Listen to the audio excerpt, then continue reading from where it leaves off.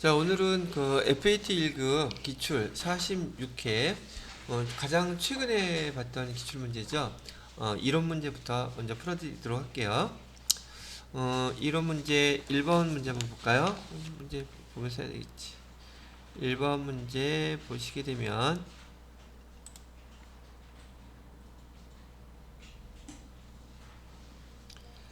자, 실무 이론 평가라고 되어 있고요.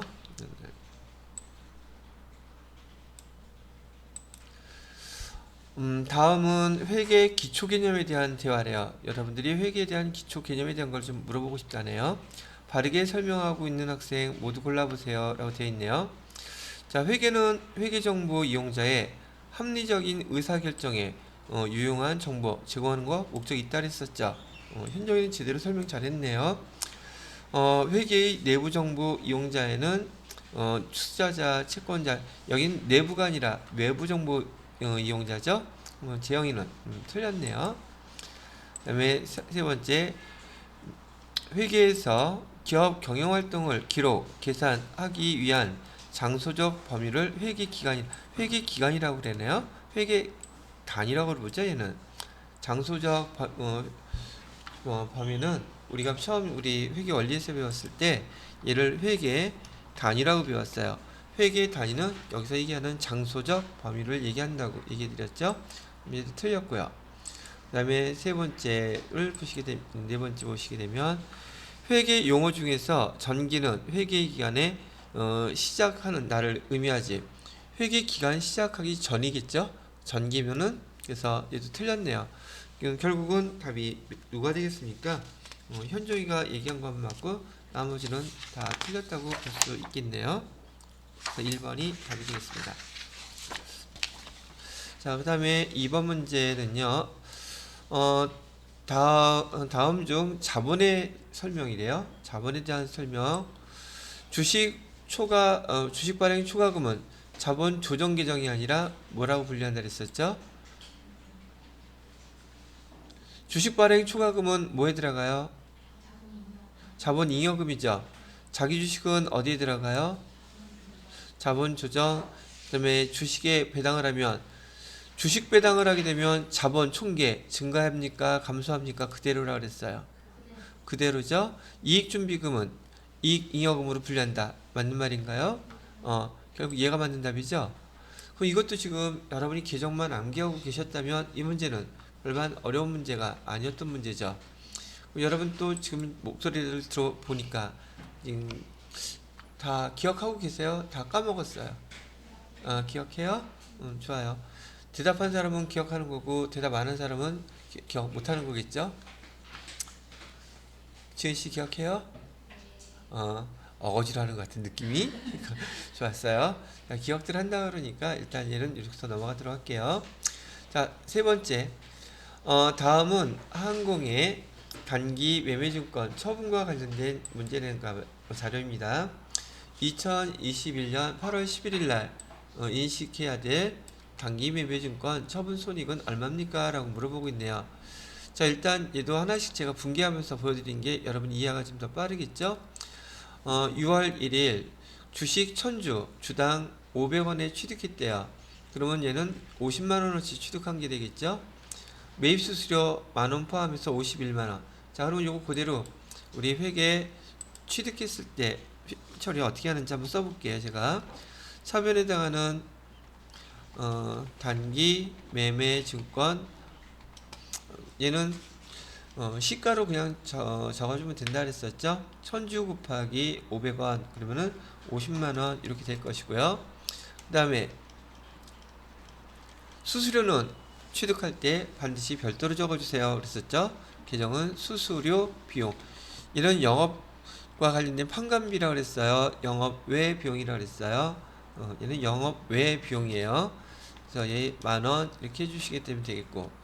자, 그 다음에 대변에 해당하는 지금 여기 돈 지급했는데 뭘로 지급했다는 건 없었지만 현금이라고 하게 되면 51만원 이렇게 지급한 상황이 되겠죠. 얘는 6월 1일날 거래예요.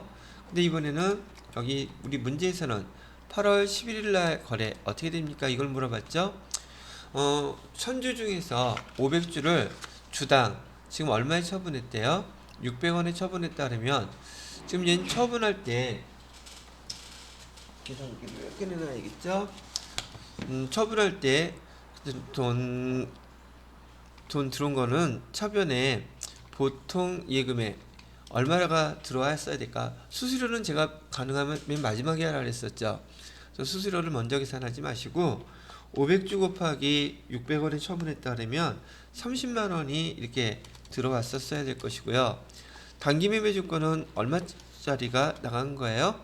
단기 매매 증권은 지금 1000주 중에서 500주 나갔으니까 25만 원 이렇게 나갔겠죠. 판매가 됐고요. 나머지 차익은 우리가 단기 매매 증권 처분 이익 이렇게 써서 5만 원 이렇게 썼어야 되는데 지금 여기 5만 원 돈 벌었다고 좋아했더만 이 5만 원 중에서 얼마는 저기 지금 얼마죠? 5천 원은 수수료 달라고 그랬다면서요. 그럼 여기 5만 원 중에서 내가 처분해서 이익을 본 게는 5만 원이 아니라 얼마였다는 얘기예요. 수수료 내고 나니까 4만 5천 원만 우리한테 처분해서 이익이 생긴 거고, 그 다음에 여기 돈 들어온 거는 돈 빼고 수수료 빼고 돈 들어왔다 그랬었죠. 금액은 얼마라 그랬던 거예요? 5천 원 뺀 29만 5천 원 이렇게 처분이 됐단 말이죠. 그럼 여기 단기 매매 증권 처분이 얼마 계산했어요? 4만 5천 원 계산된 거 답은 몇 번이 답이겠어요? 처분 이익으로 해서 4만 5천 원 3번이 답이 되겠네요. 자, 그렇게 해드렸고요. 그 다음에 4번 문제 볼까요? 이번에는 유형자산 취득과 관련된 문제래요. 유형자산 취득 그러면은 유형자산은 취득 단계, 그 다음에 사용 단계, 처분 단계 제가 세 단계로 구분을 해서 설명을 해드렸었죠. 여기 취득 관련돼서는 취득 원가 얼마냐고 물어보는데 여기에는 대부분 이슈는 부대비용을 갖다가 토지 취득할 때 발생한 부대비용 다 포함시켜야 된다는 얘기, 요거를 알고 있는지를 물어보는 것 같아요. 자, 문제를 한번 볼게요. 문제를 보시게 되면 2021년 1월 1일 본사 건물 신축을 위해 토지와 기존 건물을 2천만 원에 일괄 취득했다 그러고요. 돈은 보통 예금으로 지급했대요. 취득을 현재 감정 결과 토지는 1,800만 원이고 건물은 600만 원이라고 얘기하고 있네요. 자, 근데 2월 1일 날 일괄 취득한 다음에 기존 건물을 철거하고 철거 비용이 얼마 발생했대요? 100만 원이 지출됐다 그랬죠? 자, 우리 지금 이 취득한 금액은 얼마예요? 취득한 금액은 돈 얼마 주고 샀냐는 뜻이에요. 지금 2천만 원 줬다고 얘기했었죠. 기존 건물 2천만 원 했는데 지금 얘를 사용 목적은 이 땅을 건물을 사용하기 위해서 산 거예요? 아니죠. 건물은 우리한테 쓸모가 있는 거예요? 없는 거예요? 없잖아요. 건물은 애시당초 여기 철거하고 거기에다가 본사 신축을 해야 되는 거잖아요. 그러니까 여기 감정 결과가 토지가 1,800만 원이고 건물은 600만 원이다. 이런 거 의미가 있다는 얘기예요? 없다는 얘기예요? 없어요. 우리는 토지가 사용 목적이지 여기 건물을 갖다 사용 목적이 애시당초 아니었단 말이죠. 그럼 여기 부대 비용 들어간 건 뭐만 들어갔어요? 철거 비용 들어갔죠. 이 철거 비용은 기존 건물 산 금액에다가 포함시키게 된다면 지금 우리의 토지에 대한 취득 원가는 얼마가 되겠습니까? 얼마가 돼요? 두 개 합치면 2,100만 원이 이렇게 되겠죠. 그래서 2,100만 원이 답이에요. 되셨습니까?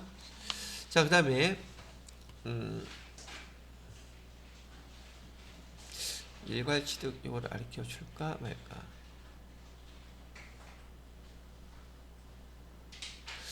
이건 보통 세무 2급에서 나오는 용어 내용이긴 한데 아마 문제를 이렇게 물어보면 어떨까요? 기존 토지하고 기존 건물을 2천만 원에 지금 취득했다 그랬었죠. 제가 한번 써볼게요. 그러면 만약에 토지하고 건물을 두 개 다 사용할 목적이라면 지금 우리가 토지하고 건물가 돈 쓴 거는 2천만 원. 근데 여기 평가했던 결과 토지는 값이 1,800만 원이라고 얘기하고 있는 거고요. 그다음에 건물은 600만 원이라고 이렇게 얘기를 해놨어요. 근데 만약에 얘는 지금 신축을 하기 위한 것이 아니라 따로따로 산다면 우리가 여기 취득했던 토지와 건물에 대한 취득 원가 기록해야 될 금액은 얼마가 되겠습니까? 라고 물어본다면 그 계산은 어떻게 해야 될까요? 토지의 취득가액은 얼마예요? 건물의 취득가액은 얼마를 써야 되느냐는 얘기예요. 여기 취득가액은 얼마일까요? 토지 건물 얘는 어떻게 계산하느냐면요, 비례식으로 이렇게 계산하는 거예요. 여기다가 2천만 원 곱하기 즉 나눠서 1,800만 원하고 600만 원 두 개 다 합치면 금액이 얼마가 계산돼요? 2,400만 원 되죠? 2,400만 원 분의 토지는 얼마? 1,800만 원. 이렇게 전체 금액 중에서 그 금액에 해당되는 비례식을 이렇게 써주게 되면 토지의 취득가액이 계산이 됩니다. 토지의 취득가액은 얼마로 기록해야 됩니까? 계산기 눌러보면 되죠. 뭐 20 곱하기 18 나누기 24 하니까 얘는 1,500만 원이네요. 그러면 계산하지 않더라도 전체 주고 산 금액이 2천만 원이라고 한다면 토지의 취득가액은 1,500만 원으로 계산해야 되고 건물의 취득가액은 그럼 얼마란 얘기예요? 500만 원. 요게 이제 여러분이 세무 2급에서 취득 이렇게 일괄 취득하게 됐을 때 그 취득한 유형자산의 금액 계산하는 방법이에요. 이슈는 얘가 바로 일괄 취득이라는 이슈예요. 이런 식으로 유형자산을 일괄 취득하게 되면 취득하는 유형자산의 취득원가는 얼마로 계산돼야 되느냐? 얘는 1,500만 원. 그 다음에 건물은 500만 원. 이렇게 계산해야 된다는 게 답입니다. 자, 그 다음에 5번 문제 볼게요. 5번 문제는 다음은 개정 과목에 대한 설명이다. 가, 나, 개정 과목으로 옳은 것은 상품 등을 매입하기 전에 일부의 대금을 미리 이게 뭐예요? 상품을 매입하기 전에 대금 일부를 미리 지급했을 때 뭐라고 써요? 선급금이라고 쓰죠. 그 다음에 현금을 실제로 지출하였으나 거래가 완료되지 않았거나 용도가 불분명, 이거 뭐라고 처리하죠? 가지급금. 공통되는 건 얘네요. 그죠? 1번이 답이 되겠습니다. 다음에 6번 문제 볼까요? 6번 문제는 항공이 매출채권 잔액의 2%만큼 대손 충당금을 설정하려고 합니다. 여기서 지난번하고 똑같이 또 뭐 물어보겠어요? 손익계산서에 표시될 대손상각비는 얼마입니까? 물어보고 있죠. 자, 2020년 12월 31일 날 매출채권 50만원 및 대손충당금 만원. 지금 대손충당금 기초에 얼마가 있었다는 뜻이에요? 만원은 있었다는 뜻이죠. 근데 21년 4월 25일 날 3만원을 갖다가 대손이 확정됐다 그랬죠. 그럼 이때 회계처리는 우리는 어떻게 해줘야지 돼요? 이렇게 해줘야 되겠죠.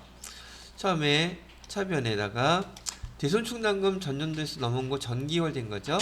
만원이 있었는데 4월 25일 날 3만원을 못 받게 됐다 그러면은 우선 대손충당금 먼저 사용하셔야 되죠. 대손충당금 얼마? 만원 이렇게 사용하시고요.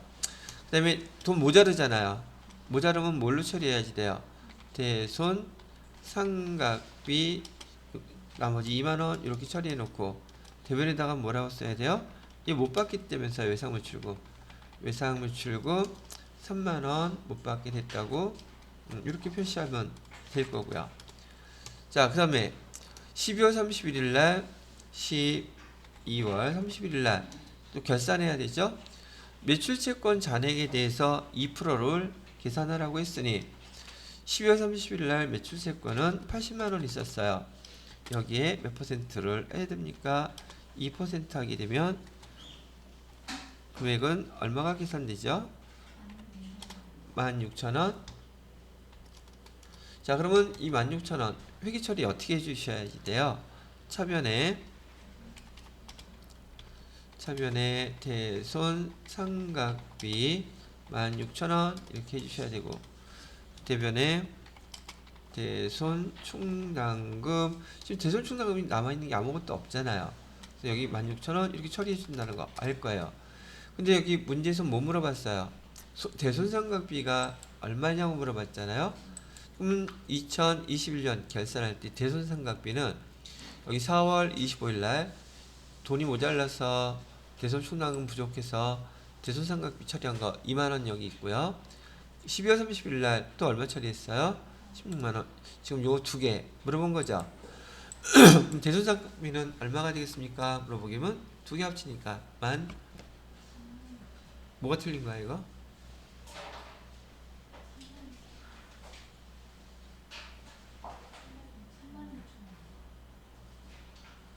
누가 아까 여기 16,000원이라고 했어요?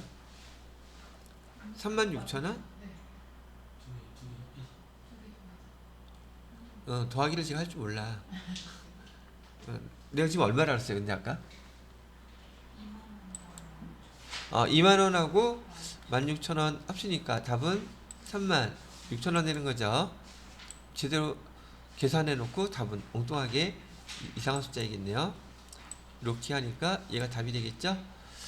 근데 이거 45회 때도 문제 이렇게 나왔었죠. 자, 그 다음에 7번 문제 볼까요? 다음은 항공이 취득한 기계장치 관련된 거래요. 기계장치 관련인데 기계장치의 장부 금액이 얼마냐고 물어봤어요. 장부 금액은 지난 45회 때도 설명해드렸지만 이 문제 거의 빠지지 않고 나온다는 얘기죠. 자, 우선은 요 모양으로 꼭 갖춰놓으라 그랬었죠. 일단 취득 원가 하고요. 취득 원가는 여기 1,000만원 이렇게 나왔네요. 그 다음에 두 번째로는 감가상각 누계. 감가상각 누계액은 지금 계산을 해봐야지 될 것 같아요. 그 다음에 그 차액으로 나온 금액이 우리는 장부가액이라고 불렀던 거였었는데, 장부가액 이렇게 계산을 얼마라고 써야지 되죠. 근데 여기 문제에서 주어진 거 보니까 2021년 1월 1일 1,000만원짜리 여기다 밑에서 써볼게요. 취득원가는 1,000만원이라고 했고요. 잔존가치 우리 정액법으로 감가상각할 때는 빼야 되는데, 잔존가치 지금 여기 감가상각 방법 뭐라고 하라 그랬어요?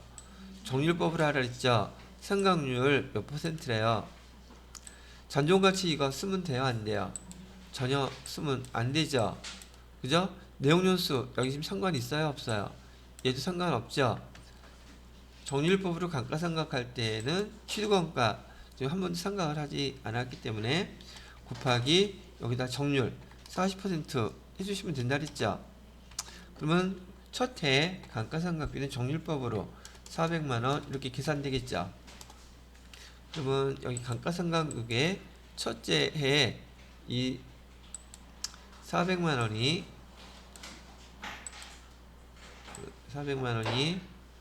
여기 감가상각 누계액으로 이렇게 들어가야 되겠죠.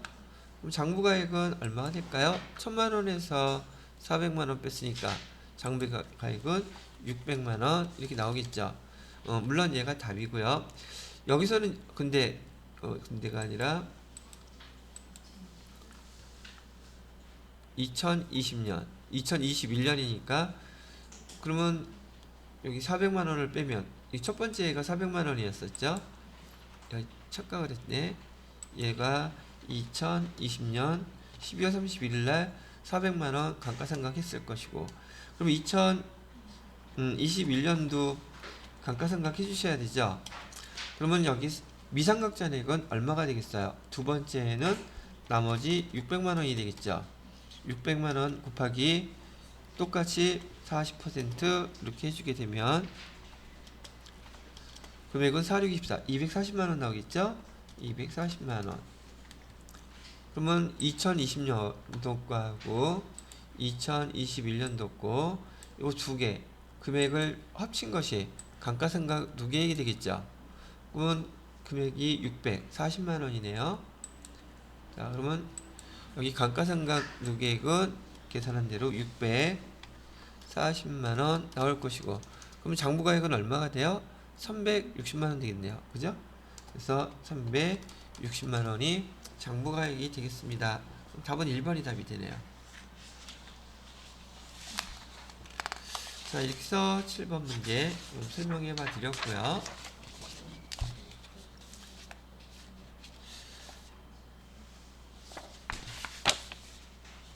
그 다음에 8번 문제 볼까요? 8번 문제는 다음은 상품 관련 자료래요. 단기 상품 총매입액. 단기 상품 총매입액? 지금 꼬라지를 보아하니 이것도 지난번에 얘기했던 그 모양이죠. 이게 기출문제를 여러 번 반복해서 풀어보시면 문제 형태가 매번 비슷하게 나온다는 걸 아마 이해하실 거예요. 자, 그러면 매출원가도 계산해야 되고 뭘 계산해야 될지는 모르겠지만 여러분들한테는 지금 복습하는 차원에서 제가 기본적인 거 먼저 그려드리고 설명을 해드리고 있으니까 여러분들은 요 필요한 것들만 나중에 잘 복습하셔가지고 문제를 풀어보시면 될 거예요. 자, 이거 필요하다 그랬었고, 보통 매출액, 이 매출액은 반드시 순매출액 기억해 써주셔야 된다 그랬었죠. 그 다음에 매출 원가를 빼게 되면 여기 매출 총이익이 나온다 그랬어요. 자, 이제 주어진 자료 한번 하나씩 갖다 넣어볼게요. 또 여기는 상품 계정이고요. 자, 여기 기초상품 재고액, 기초상품 재고액은 여기다가 10만원 써주시고요. 자, 매입 애누리 나왔어요. 일단 매입 애누리, 매입 환출, 그 다음에 단기 매출액 빼놓고, 자, 지금 단기 매입액 알아요? 몰라요? 모르죠? 그 다음에 우선 주어진 자료부터 다 써볼게요. 그 다음에 기말 상품 재고액 5만원, 여기에 5만원이라는 뜻이고요. 단기 매출액은 60만원. 단기 매출액은 다른 얘기 매출과 관련돼서 나온 게 없죠.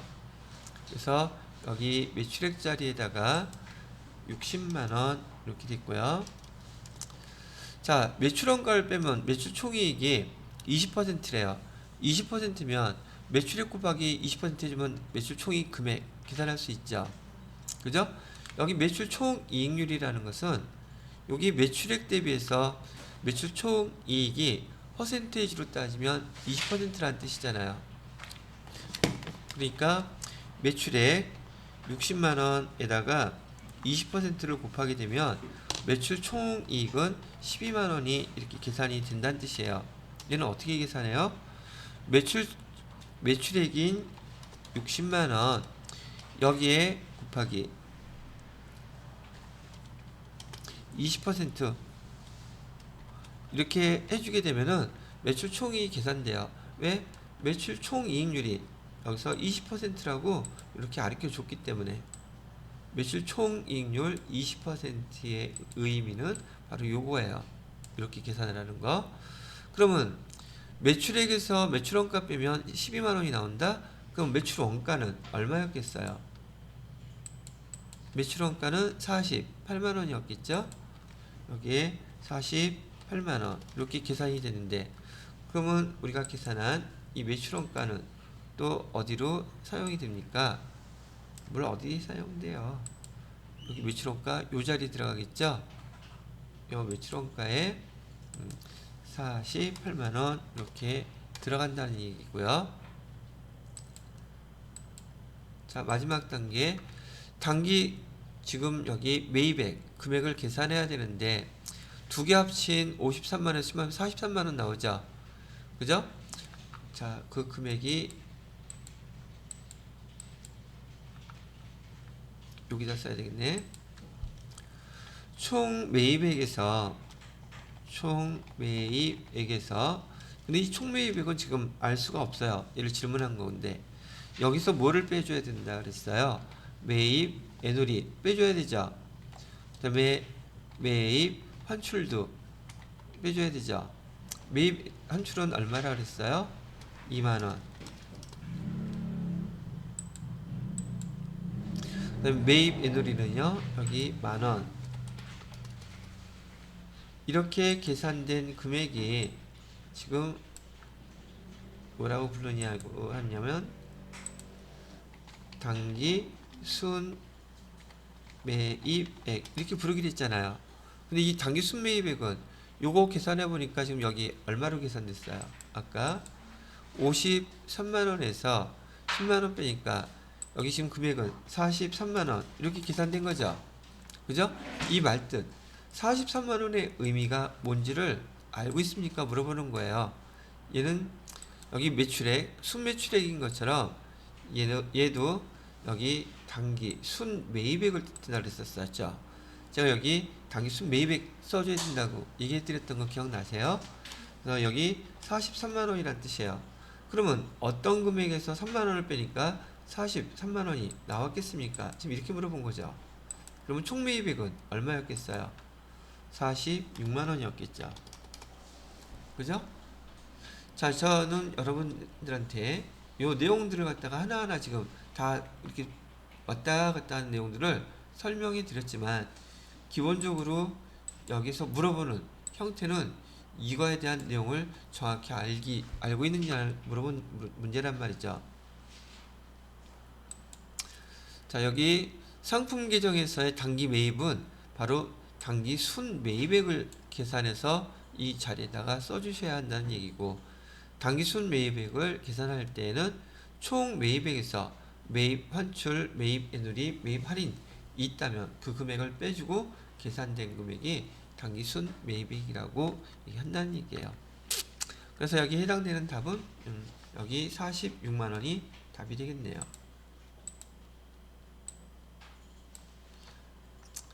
여기서 요구하는 거 단기 상품 총 매입액 얼마인가요? 예, 요거예요. 자, 그 다음에 9번 문제 볼까요?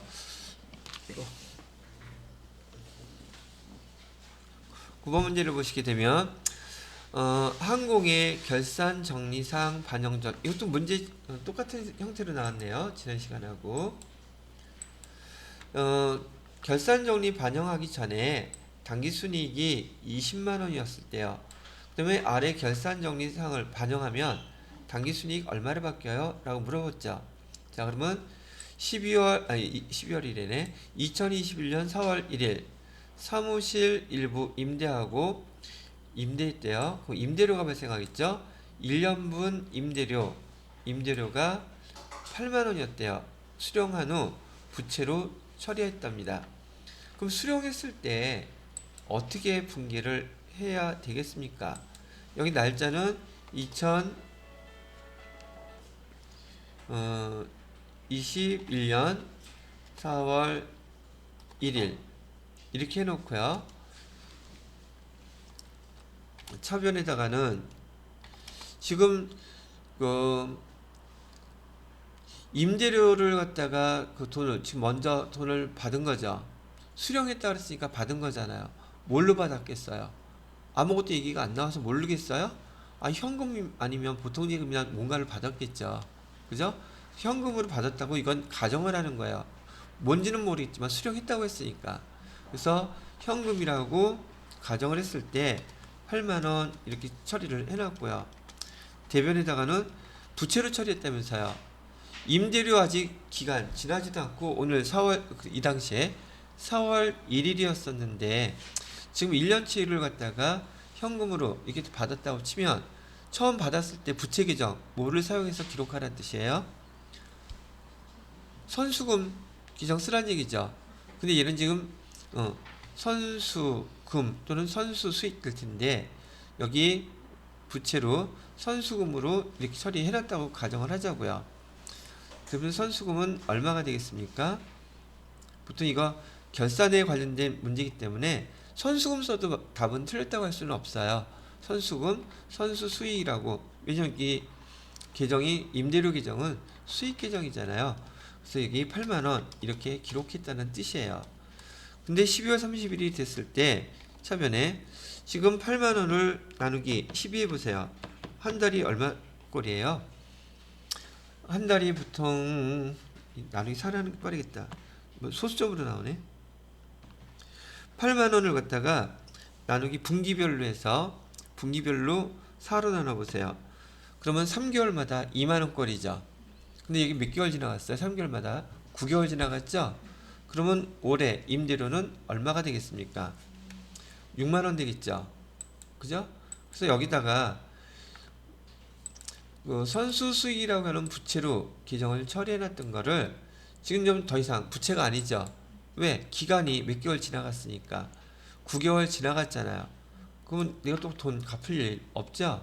9개월 지나간 건 나한테는 더 이상 부채가 아니라 선수 수익 6만원어치만큼은 부채가 줄어들고 대변에다는 얘 돈 어떤 걸로 인전 처리해줘야 돼요? 나한테는 이익이죠. 임대료라고는 임대료 6만원 이렇게 처리를 해주셔야 된다는 얘기예요. 그랬더니 아까 질문하셨을 때 지금 이 계정이 처음 이렇게 반대로 써보니까 되게 헷갈리다 이런 얘기 하셨단 말이죠. 자, 그러면 우리가 배웠던 대로 한번 얘가 환원시켜서 써드려 볼게요. 우리가 배웠을 땐 이 상황 똑같은 건데 어떻게 배웠냐면 차변에 일단 현금 받았어요. 얼마? 8만원 받았는데요. 기간은 똑같아요. 4월 1일날 하기로 했었고 대변에 전체 금액을 다 임대료 수익으로 8만원 이렇게 잡아놨던 거예요. 그런데 12월 31일날 지금 6만원만 올해 거고 내년 거 2만원은 내년 거죠. 그래서 내년 거 2만원은 올해 게 아니기 때문에 임대료 2만원을 이렇게 뺐죠. 그죠? 그러면 대변에 2만원은 내년 거 미리 받은 거니까 선수 수익 이렇게 해서 2만원 이렇게 썼던 건데 지금 처음 돈을 받았을 때 기록하는 방법이 이번에는 얘를 우리가 배우지는 않았지만 얘는 수익처리법 즉 비용처리법에 반대란 용어예요. 얘는 수익계정으로 처음에 처리했을 때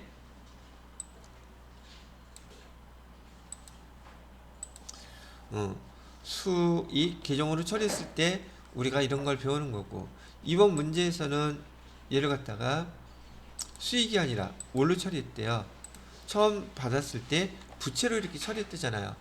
그러면 얘는 부채 처리법 말을 붙인다면 그렇게 하면 여러분 좀 이해가 좀 도움이 되지 않을까 싶다는 얘기죠.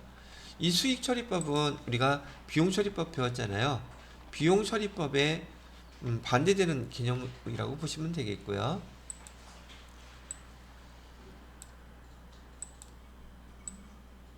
그 다음에 여기 부채는요.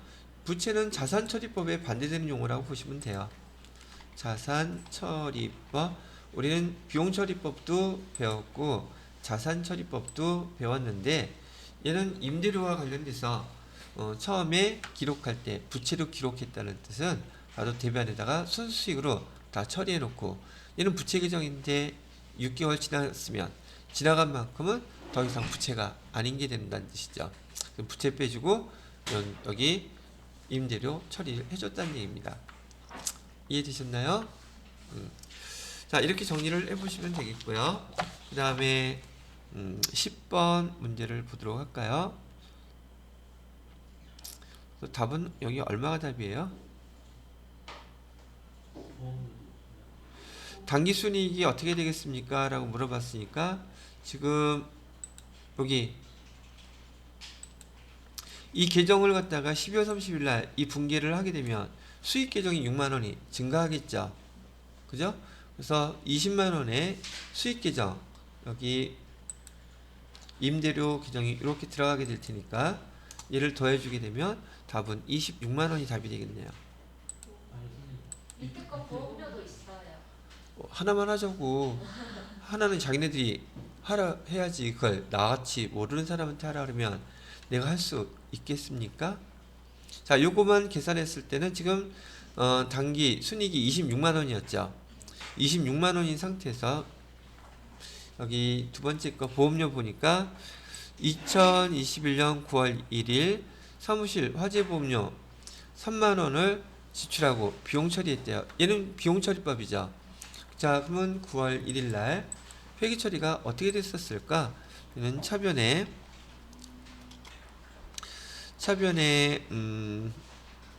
보험료 비용 처리했다고 그랬으니까 3만 원 이렇게 처리했을 것이고요.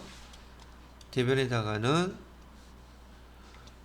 뭐 현금으로 냈다고 쳐요. 3만 원. 자, 그 다음에 12월 31일이 됐어요. 12월 31일 날.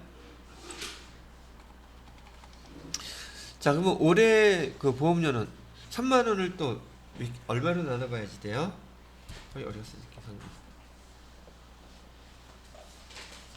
자, 얘가 지금 3만 원이 1년치라 그랬었죠? 1년분이라 그랬었으니까 3만 원 나누기 12 하면 또 소수점 나오겠나? 2,500원이네요. 자, 근데 기간이 지금 4개월이죠. 아, 3분의 1만 하면 되겠구나. 그럼 올해 화재 보험료는 만 원이 되겠죠. 올해 거는 만 원, 내년 거는 2만 원. 자, 그러면 여기 보시게 되면 지금 여기 보험료라고 하는 비용으로 처리했다는 비용 처리법으로 지금 기록을 해 놓았잖아요. 이 보험료 3만 원이 다 손익계산서에 들어가면 안 되겠죠. 올해 손익계산서에 들어갈 건 만 원만 들어가야 돼요. 그럼 보험료를 2만 원 소멸시켜 줘야 되죠. 그래서 여기 대변에다가 보험료 얼마를 소멸시킨다? 2만 원은 소멸시켜주고 이 2만 원은 내년 보험료를 미리 낸 거죠. 그래서 차변에다가 선급 비용 그래서 얼마? 2만 원 이렇게 써주게 되면 이렇게 회계 처리하게 되면은 지금 여기 화면에서 보시게 되면 보험료는 비용 계정이죠. 비용 계정이 증가했어요? 감소했어요? 얘는 지금 비용이 감소했다는 뜻이잖아요. 비용이 감소하면 이익은 증가하겠죠. 그러면 아까 26만 원에다가 보험료가 감소함으로 인해서 이익이 지금 2만 원이 더 증가하겠죠. 그러면 26만 원 더하기 2만 원 하면은 28만 원이 답이 되겠네요. 4번이 답이 되는 거예요. 자, 정리하자면 자,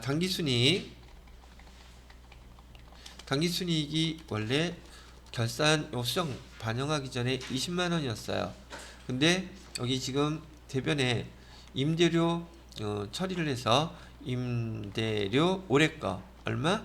6만 원은 더해줘야 될 거고, 그 다음에 보험료도 선급비용으로 2만 원 빼기 때문에 당기순이익이 2만 원이 증가해서 2만 원 더해주게 되면 수정 후에 당기순이익은 총 얼마가 되겠다? 28만 원이 당기순이익이 결정됩니다. 이렇게 금액이 나온다는 뜻입니다. 이해됐어요? 자, 아무래도 이런 문제인데도 불구하고 내용은 계속 반복적인데 이건 한번 정확히 이해를 꼭 하셔야지 돼요. 왜? 빠지지 않고 나오는 문제니까. 근데 이거를 갖다가 문제 나올 때마다 잘 이해하려고 반복 연습을 하셔야 됩니다. 뭐 저도 처음에 배울 때 이게 그렇게 헷갈리더라고요. 여러분들 못지않게 헷갈린 건 있기는 하겠지만 정확히 연습해서 익숙하게 풀 수 있도록 해보십시오.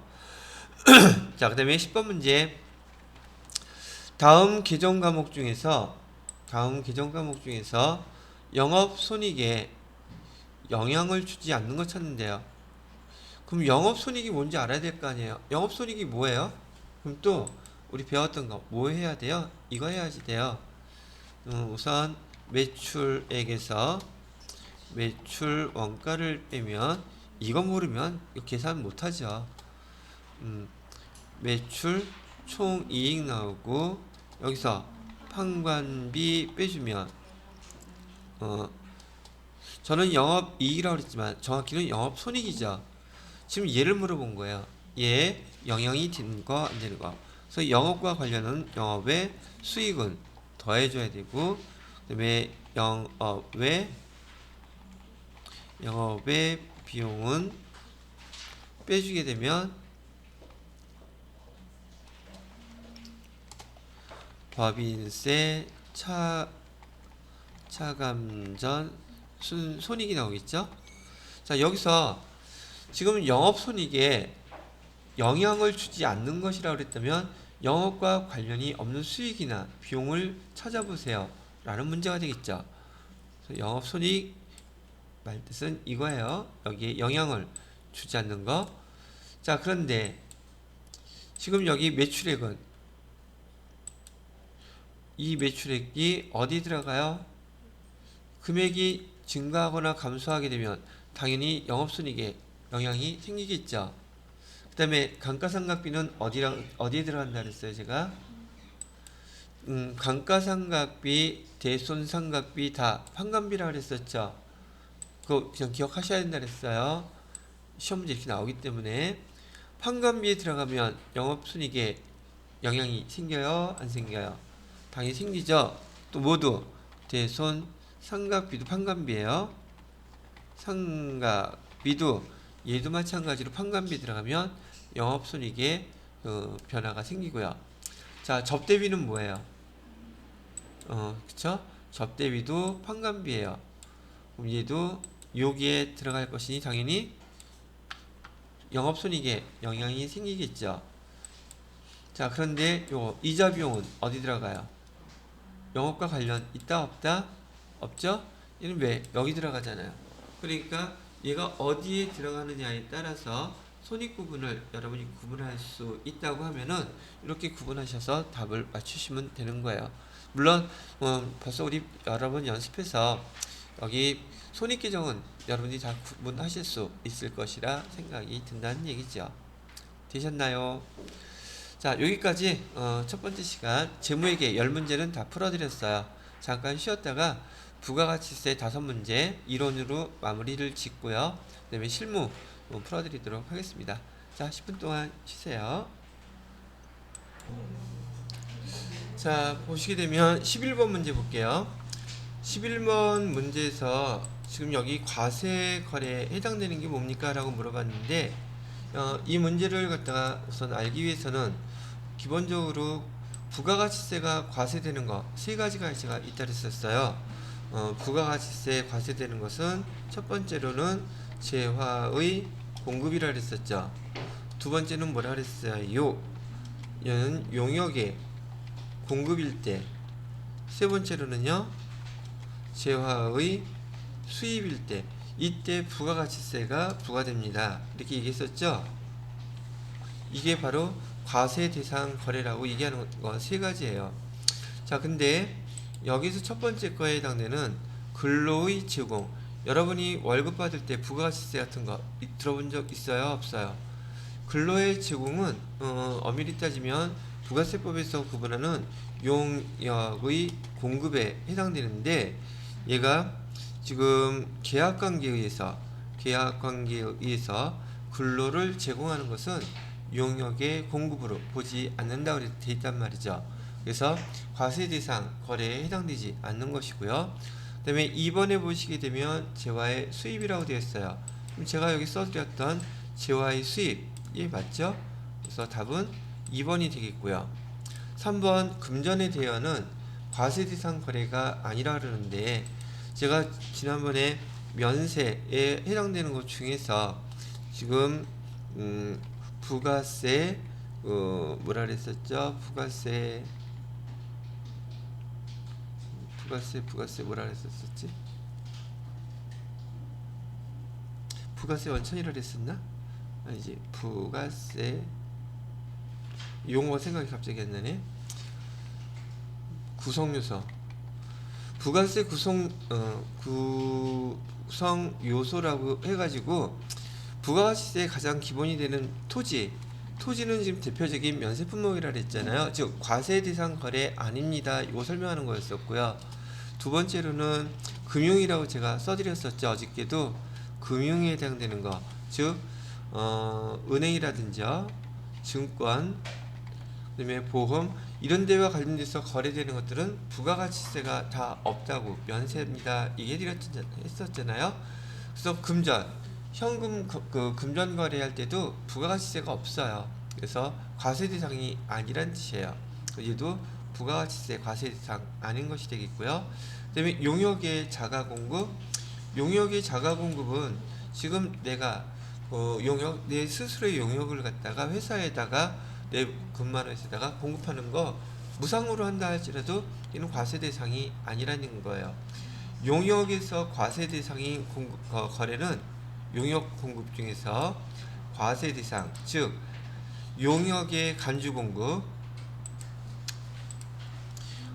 용역의 간주 공급 이 말 뜻은 과세 대상이라는 뜻이고요. 여기에 해당되는 건 하나밖에 없어요. 뭐가 있냐면 여러분한테 말씀드렸던 건물을 누구한테 특수 관계자에게 무상으로 임대해 주는 거, 빌려 주는 거, 이거는 용역의 간주 공급이에요. 그런데 재화의 간주 공급 네 가지 또 저기 설명 한번 해보고 넘어가야겠죠. 잘 기억 못 하시는 분들도 혹시 계실지 모르니까. 여기 용역의 간주 공급하고 상대적으로 재화의 간주 공급에는 네 가지 있다 그랬어요. 첫 번째, 자가 공급. 자가 공급의 뜻은 이 사업장이 2개 이상 갖고 있을 때 그때 해당되는 항목이라 그랬었고요. 첫 번째, 면세 사업으로 전용하게 되면 간주 공급으로 보겠습니다. 간주 공급으로 본다는 뜻은 판매한 것으로 본다는 뜻이었어요. 두 번째는 어저께도 써드렸었는데 1000cc 라고 기억하시라고 그랬었고요. 세 번째는 타 사업장 반출, 목적이 반드시 뭐일 때만, 판매 목적일 때만 이게 간주 공급에 해당돼요 라고 했었고요. 두 번째는 개인적 공급, 세 번째로는 사업상 증여, 네 번째로는 폐 없이 남아 있는 재화. 이 네 가지가 여기 재화의 간주 공급에 해당되는 것들이에요. 재화의 간주 공급은 무상으로 준 것임에도 불구하고 판매한 것으로 보아 거기에 해당되는 부가세, 예수금 그거 납부하라는 거예요. 혹 여러분들이 이거 모르고 그냥 넘어가면 됐지 그러시면 세무이급 가서 엄청나게 후회하게 됩니다. 이거 기억들 못하시면 세무이급은 물 건너갔다고 보셔야 돼요. 제가 몇 번 반복해서 계속 써드리는 이유는 여러분이 암기하려고 노력해야 되고 신경 써서 봐야 된다는 뜻이에요. 그래서 제가 계속 반복해서 써주는데 이거 나오면 틀리면 되지. 그러면 세무이급은 물 건너가서 걔는 여러분이 수업 진도 나갈 때 그때는 여러분이 이건 다 알고 있으리라고 생각하고서 이제 진도를 나가기 때문에 제가 부가세법에서는 간주 공급하고 그다음에 불공상 정확하게 암기해 두라고 얘기했었죠. 자, 그래서 여기 정리 해드렸고, 자, 그 다음에 12번 문제 볼게요. 12번 문제는 다음 부가가치세법상 공급 시기를 물어보고 있네요. 장기 할부 판매인 경우 대가의 각 부분을 받기로 한 때, 이거 제가 지난번에 설명해 드릴 때 이건 계약서에 적혀 있는 내용들이에요. 이게 있었죠. 얘는 계약서 생각하시면 되겠고, 장기 할부 판매하고 세트로 세 가지가 같이 나왔었죠. 장기 할부 판매 하고 같이 나왔던 거는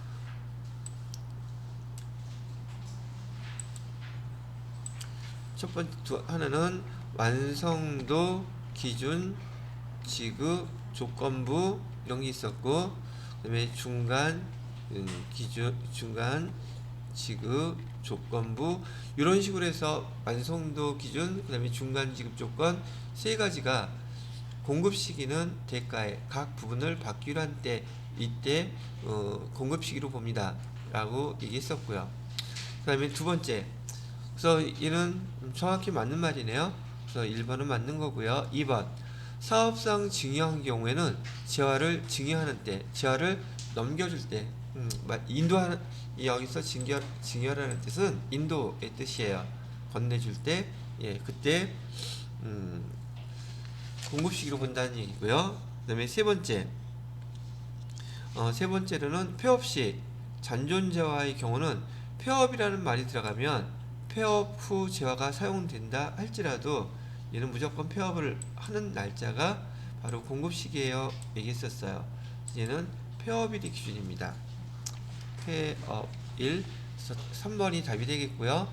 4번, 무인 판매기에 의한 공급의 경우는 무인 판매기에서 현금 꺼낼 때가 공급 시기예요. 이것도 계속 반복돼서 나오는 문제들이기 때문에 여러분이 문제, 여기 지금 기출 문제들 갖고 이런 정리하시면 부가세 부분 어지간히 정리가 다 잘 되실 겁니다. 자, 그 다음에 13번 문제 볼까요? 13번은 다음 자료를 토대로 여기 과세 표준을 계산해 보래요. 자, 지난번에 과세 표준에 포함시켜야 되는 게 있고요. 과세 표준에 포함시키면 안 되는 거 얘기한 적 있었죠? 지금 과세 표준에 포함시키는 경우, 그 다음에 포함시키면 안 되지 않는 경우 두 가지를 얘기했었어요. 그럼 포함시키는 경우는 여러분이 그 장사, 사업자라고 생각하고서 물건을 팔 때 보편적으로 부대비용이라고 제가 그때 설명을 해드렸었거든요. 부대비용의 성격들은 다 포함을 시켜야 되겠죠. 그죠? 근데 포함시키면 안 되는 거, 보편적으로 포함시키면 안 되는 것들은 애누리, 뭐 할인, 뭐 이런 것들 있었고요. 그다음에 중도, 파손, 뭐 이런 것도 있었고, 그다음에 뭐 등등 여기 쭉쭉 여기 있었던 거, 그 항목에 대한 문제예요. 그래서 과세 표준에다가 포함시키는 항목, 과세 표준에다가 포함시키지 않는 항목 이렇게 한 다음에 과세 표준이 결정되게 되면 이 과세 표준에서 공제하지 않는 것이라는 게 하나가 더 있었어요. 공제하지 않는 것, 요거는 여러분이 3개 꼭 암기 별도로 해 놓으셔야 되는데 해놓으라 그랬었던 거죠. 첫 번째는 보증금, 두 번째로는 대손금, 세 번째로는 판매 장려금. 이런 것들은 과세 표준에서 공제하지 않습니다 라고 얘기했었어요. 판매 장려금 같은 경우 국고 보조금도 마찬가지지만은 사업과 관련되지 않은 것들은 과세 표준에다가 더하거나 빼거나 하는 거 아니라 그랬었어요. 자, 그러면 여기서 과세 표준 계산해 보라니까 첫 번째, 재화 공급과 직접 관련되지 않은 거라 그랬죠. 직접 관련되지 않은 국고보조금은 여기 과세 표준에 제가 포함시킨다 그랬어요? 포함시키지 않는다 그랬어요? 관련이 안 됐으니까 하지 마세요 그랬었죠. 지난번에 제가 갤럭시 노트 갖고 설명해 드렸었던 거예요. 얘는 과세 표준에 포함시키면 안 되는 거고요. 그 다음에 할부 판매 이자 상당액, 이건 연체이자 아니에요. 연체이자 아닌 할부 판매할 때 이자 상당액은 과세 표준에 포함시켜야 됩니다. 여러분 두 번째인가 아마 여기 나왔던 항목이었을 거예요. 그래서 얘는 포함시켜 주셔야 되고요. 그 다음에 밑에 답안에 보시게 되면 공급받는 자에게 도달하기 전에 파손된 재화액, 여러분 이거 돈 내라고 하면 되겠어요? 당연히 안 되겠죠? 여기 과세 표준에 포함시킨다 안 시킨다, 얘도 시키는 거 아니란 얘기죠. 여러분 교재 여기 부가가치세 과세 표준에 보면 요거 항목들 쭉 설명 나와 있었던 것들이 있죠. 거기에 해당된 거니까 혹시 또 참고해서 보고 싶으면 그 파트에 가서 체크해 놓고 한번 읽어보시면 돼요. 아시겠습니까? 문제가 이런 식으로 나온다는 얘기니까요. 자, 그 다음에 14번 문제 볼까요? 14번 문제는 다음은 제조업을 영위하는 일반 과세자 일기 부가가치세 확정신고 자료래요. 다음 자료를 토대로 확정신고의 납부세액 계산해보래요. 납부세액. 지금 세액 계산을 하라 그랬어요. 자, 문제를 보시게 되면, 자, 여기 공급대가가 3억 3천이면 공급가액 세액 구분해 볼 수 있어야 되겠죠. 공급가액은 얼마예요? 3억 원이라고 돼 있는 것이고, 세액은요 3천만 원 이렇게 돼 있는 거죠. 자, 그 다음에 매입세액 2천만 원인데 매입세액 2천만 원이라면, 자, 여기 한번 보세요. 이 세액만 계산해야 되잖아요. 그죠? 세액만 계산해야 되니까 매입세액은 이렇게 빼야지 될 텐데, 여기 조건이 달렸어요.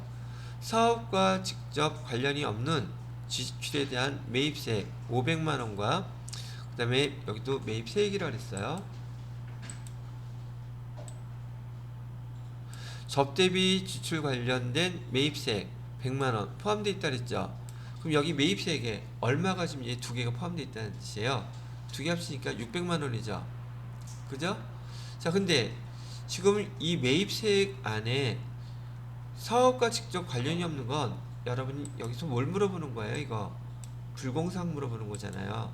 불공은 매입세, 불공에 대한 거 매입세 공제해준다 그랬어요? 안 해준다 그랬어요? 안 해준다 그랬죠? 그럼 또 물어보겠죠, 제가. 왜? 노파심에 불공 6가지 있었어요. 6가지 이렇게 시험 문제 잘 나온단 말이에요. 첫 번째 불공사항 뭐라 그랬었죠? 필요적 세금계산서에 필요적 기재사항 오류나 누락이 되면 이게 매입세 공제 못 받아요, 이런 뜻이었었고요.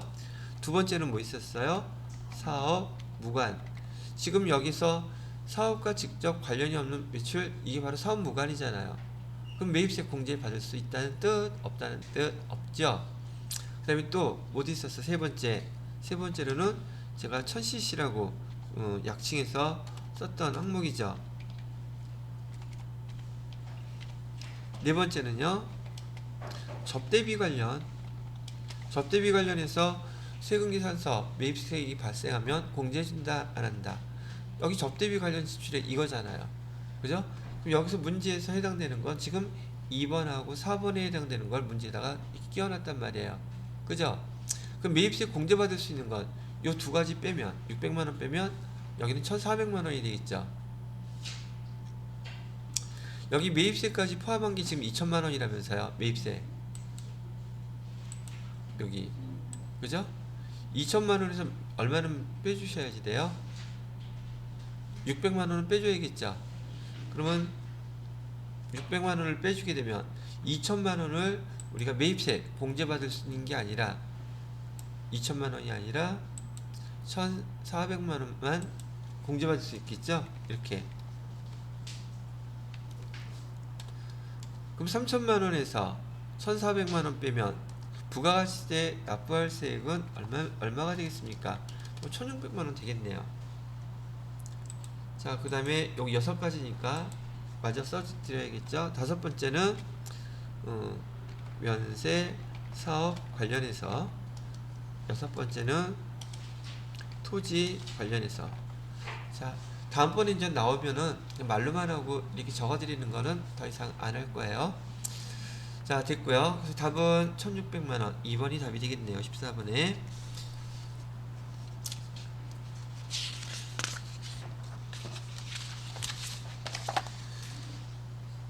자, 그 다음에 15번. 이번에는 세금계산서에 대해서 물어보네요. 세금계산서에 대한 설명으로 옳은 것은, 택시 운송 사업자가 공급하는 용역의 경우 세금계산서 발급 의무 면제된다 그랬었죠. 그러면 답은 1번이 답이네요. 자, 그 다음에 직수출의 경우 세금계산서 발급해야 된다. 직수출이라는 뜻은 해외에 지금 수출한다는 뜻이잖아요. 근데 우리나라 세금계산서를 지금 외국에서 받는들 의미가 있어요, 없어요? 그리고 실제로 외국에 수출할 때는 세금계산서를 발급할 수가 없어요. 이건 국내 거래에서만 해당되는 용어고, 여기서 얘기하는 세금계산서, 영세율 세금계산서 생각하시는 분 있을지 모르겠어요. 명세율 세금계산서는요, 국내 기업이 우리나라 국내 수출업자에게 저기 물건을 납품할 때 그때 영세율 세금계산서를 발행하는 거랍니다. 이렇게 직수출할 때는 외국으로 수출할 때는 세금계산서 발급할 수가 없고 발급 의무 없습니다. 이해가 틀렸네요. 그 다음에 3번 세금계산서에는 반드시 공급연월일이에요, 작성연월일이에요. 얘가 바로 아까 얘기했던 세금계산서의 필요적 기재사항, 이 개정을 용어들을 알고 있는지 모르고 있는지 그걸 물어본 거예요. 세금계산서의 공급연월일이 아니라 뭐라고요? 세금계산서의 작성연월일이에요. 작성연월일.